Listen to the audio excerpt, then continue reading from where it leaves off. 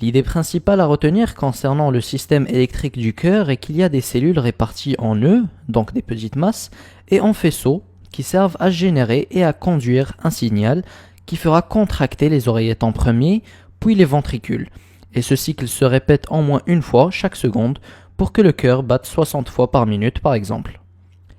Et ce qu'on verra dans cette vidéo, c'est une façon astucieuse de mémoriser les noms et l'emplacement de ces nœuds et faisceaux, ainsi que le mécanisme de la génération et transmission de ce signal à travers le cœur.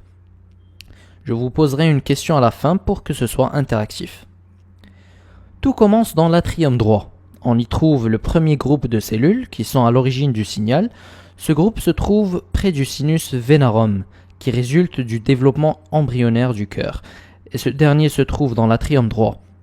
Ce premier groupe ou nœud est donc appelé nœud sinu-atrial ou nœud sinusal. C'est lui qui détermine en temps normal la fréquence ou rythme cardiaque, puisque plus il génère de signaux par minute, et plus il y aura de contractions cardiaques. Et son rythme est appelé rythme sinusal. Ce nœud sinusal est en communication avec l'oreillette gauche pour lui transmettre le signal ou un flux via le faisceau de Bachmann. D'ailleurs, en ajoutant 2 mains et 2 pieds, on obtient A-man, A-Bachmann. Et ce faisceau permet une conduction rapide et le signal atteint donc presque simultanément les deux atriums qui vont par conséquent se contracter en même temps. Le signal a aussi besoin d'arriver au ventricule. Le nœud sinusal est donc connecté à un autre nœud entre les atriums et les ventricules. C'est donc le nœud atrio-ventriculaire. Et ces faisceaux qui relient entre les deux nœuds sont les faisceaux internodaux. Et pour continuer, on va transformer ce nœud en tête de serpent. Ce dernier va tirer sa langue, qu'on appelle faisceau de His, comme le son que produit le serpent. Et comme la langue du serpent, le faisceau de His se divise en 2 branches, et ces branches donnent dans la paroi ventriculaire plusieurs divisions qui ressemblent à des places de parking et sont ainsi nommées réseaux de Purkinje. Parking Purkinje. Pour récapituler, le nœud sinu-atrial est ainsi responsable de la contraction de l'atrium droit, le faisceau de Bachmann de la contraction atriale gauche. Le signal est ensuite transmis via des branches internodales vers le nœud atrio-ventriculaire, qui je le rappelle est une tête de serpent, puis passe dans le faisceau de His, qui est sa langue, et cette langue se divise en 2 branches. La gauche transmet ce signal aux cellules musculaires du ventricule gauche, et la branche droite vers les cellules musculaires du ventricule droit, et ce via le réseau de Purkinje, qui par ses très nombreuses divisions fait penser à un grand parking. Mais pourquoi ce signal transmis entraîne une contraction musculaire? Faisons un zoom sur une de ces cellules pacemaker pour comprendre. Les cellules en général sont polarisées électriquement, c'est-à-dire qu'elles ont une différence de charge ou de potentiel, c'est pareil, entre le dedans et le dehors de leur membrane. Et plus précisément, il y a moins de charge positive à l'intérieur qu'à l'extérieur des cellules. On dit donc qu'elles ont une différence de potentiel négative.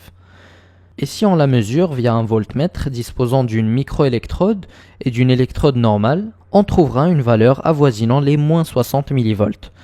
Ces charges, ce sont celles des ions qu'on consomme via l'alimentation, comme le potassium abrégé en K+, par les Allemands, qu'ils appellent kalium, le sodium abrégé en Na+, pour natrium, ou encore le calcium abrégé en Ca2+.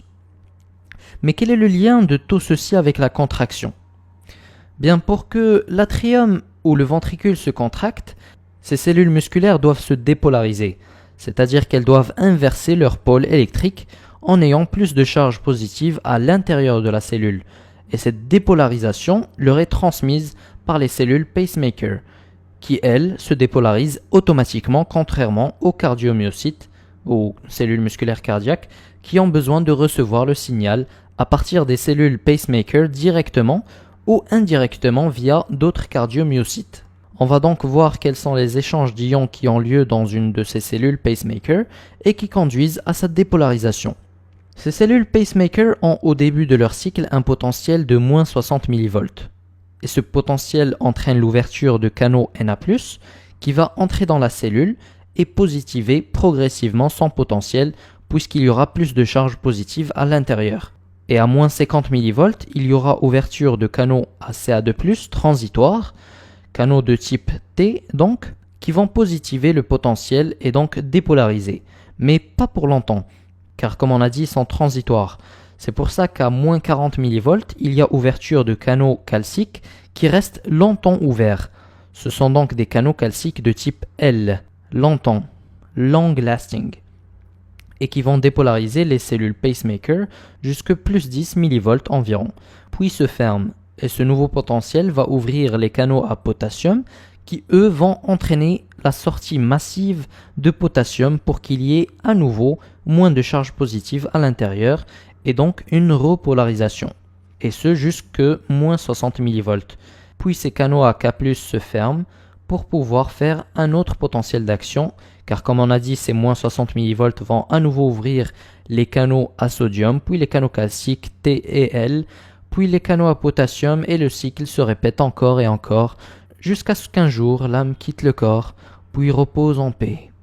Notez que j'ai placé tous les canaux participant à la dépolarisation à un même endroit, pour simplifier, mais bien sûr ils sont plusieurs et ont des localisations différentes.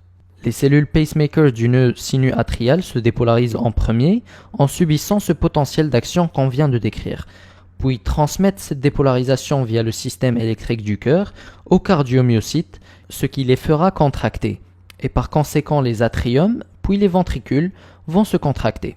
Et lors de la repolarisation des cellules pacemaker, les cardiomyocytes se repolarisent aussi et le muscle cardiaque se relâche. Repolarisation, relaxation. Petite note pathologie. Le nœud sinusal est normalement responsable du rythme cardiaque entre 60 et 100 battements par minute, mais suite à une crise cardiaque, ou dans le jargon médical infarctus du myocarde, les cellules composant le nœud sinusal peuvent mourir par manque d'oxygène, et les faisceaux internodaux prendront le relais, et la fréquence baisse alors à 55-60 battements par minute. Et s'ils sont aussi lésés, le nœud auriculo-ventriculaire prendra le relais, avec une fréquence encore plus basse. Puis le faisceau de His, puis ses branches, puis si tout ce qui précède ne peut assurer sa fonction, les fibres de Purkinje s'occupent de générer les influx électriques, mais à une fréquence entre 20 et 40 battements par minute seulement. À présent la question, pouvez-vous citer dans un ordre chronologique les constituants du système électrique cardiaque? Réponse dans les commentaires sous la vidéo. Vous êtes invité à nous rejoindre sur notre page Facebook Dr Astuce. Et j'espère que vous avez tout comme nous passé un bon moment. Rendez-vous sur la prochaine vidéo, Inch'Allah.